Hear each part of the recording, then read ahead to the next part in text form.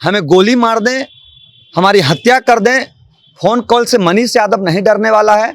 हम लगातार न्याय के लिए, वो किसी जात धर्म समुदाय के लोग हैं, हम न्याय के लिए हमेशा लड़े हैं। ये नंबर है, फ़ोन कॉल है 7:02 पे। मुझसे ये कहा गया कि जिस बाप मोहन ठाकुर के बारे में तुम बोल रहे हो, तुम्हारे आका बोल रहे हैं, चुप हो जाओ वरना मनीष यादव तुम्हारा हम मुंह बंद करवा देंगे हमेशा के लिए। हम गाय भैंस बकरी चराने जैसे किसान मजदूरों के लिए लड़ रहे हैं, तो अगर मुझे जान भी देनी पड़े, कटिहार नरसंहार पे मैं अब और मजबूती से इस धमकी के बाद लड़ने जा रहा हूं। एक बड़ी लड़ाई, पटना बंद हो, विधानसभा का घेराव हो, जब तक कटिहार में मरे 7 लोगों को न्याय नहीं मिलता है तब तक हम ऐसे ही लड़ते रहेंगे। ये फ़ोन कॉल वगैरह से हम लोग डरने वाले नहीं हैं। खुला घूम रहा है मोना ठाकुर, और एसपी साहब का जो आज प्रेस वार्ता हुआ है, शायद ये कहीं ना कहीं ये दर्शा रहा है कि ये लोग भी मोना ठाकुर से मिले हुए हैं। सुल्तानगंज थाना अपने दल बल के साथ आना पड़ा, क्या जरूरत पड़ गई आपको? देखिए, शाम के 7:02 पे एक इंटरनेट कॉल, शायद कह लीजिए, मैं आपको नंबर दिखा देता हूँ। इससे मुझे बहुत ही अभद्र भाषा में, ये नंबर है, फ़ोन कॉल है 7:02 पे।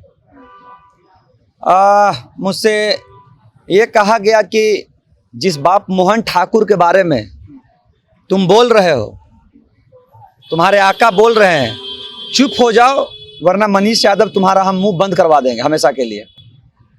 और बहुत ही अभद्र भाषा का प्रयोग, 44 सेकंड बातचीत हुई।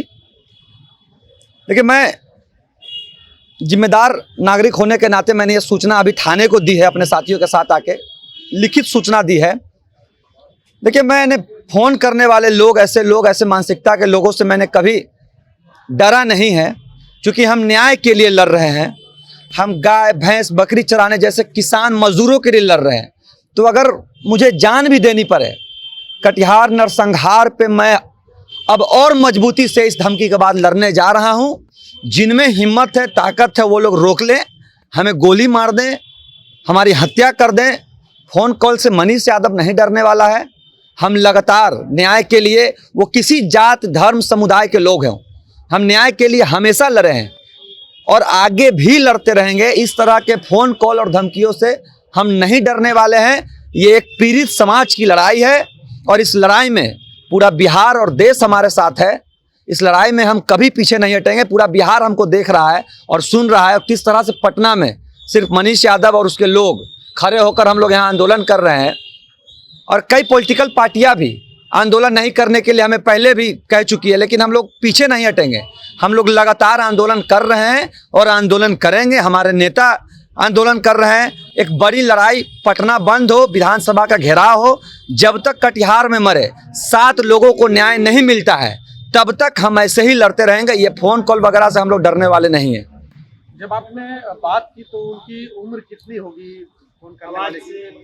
देखिए, 44 सेकंड हमारी बातचीत हुई है और इस 44 सेकंड में मुझे लगा कोई 25-30 वर्ष का अनुभवी व्यक्ति बात कर रहा है। मैं ना तो उसको जानता हूं, शायद वो इंटरनेट कॉल है, हमारे बहुत सारे साथियों ने ट्राई भी किया है। तो ये जिन लोगों ने भी कॉल किया है, मैं उनसे सिर्फ यही कहूंगा कि एक न्याय के लिए हम लोग सड़कों पे उतरे हैं। आपको हमें गोली मारना हो, जो भी करना हो आप कीजिए। हम इस बात से, देखिए, सत्य कभी धमकी से पराजित नहीं हो सकता है। हम लोग सत्य के लिए सड़कों पे उतरे हैं, हम लोग कभी पराजित नहीं होंगे। मोहना ठाकुर से डर नहीं लगता? देखिए, मोहना ठाकुर जैसे क्रिमिनल लोग से अगर हम लोग भी डरने लगे तो शायद बिहार की शासन और प्रशासन व्यवस्था खत्म हो जाएगी।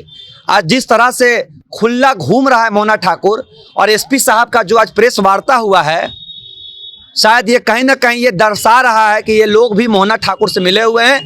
हमने स्पष्ट अभी आवेदन में लिखा है कि मेरे जान को खतरा है, अगर हमें कुछ होता है तो बिहार के माननीय मुख्यमंत्री, उप मुख्यमंत्री और बिहार का प्रशासन जिम्मेदार होगा। हमने सुरक्षा की भी मांग की है। हम चाहते हैं कि हमें प्रशासन सुरक्षा देना था, जो भी होगा बिहार प्रशासन इसके लिए हमारे साथ जो घटना घटती उसके जिम्मेदार होगी। थाना अध्यक्ष महोदय से क्या बात? देखिए, थाना अध्यक्ष महोदय को हमने सूचना दी है, लिखित सूचना दी है कि हमारे साथ इस तरह के फ़ोन कॉल पे धमकी आया है, जिस पे उन्होंने कार्रवाई करने का आश्वासन दिया है। हम चाहेंगे कि किसका नंबर है, इसकी स्पष्ट जाँच हो और हमें सुरक्षा व्यवस्था मुहैया करवाया जाए।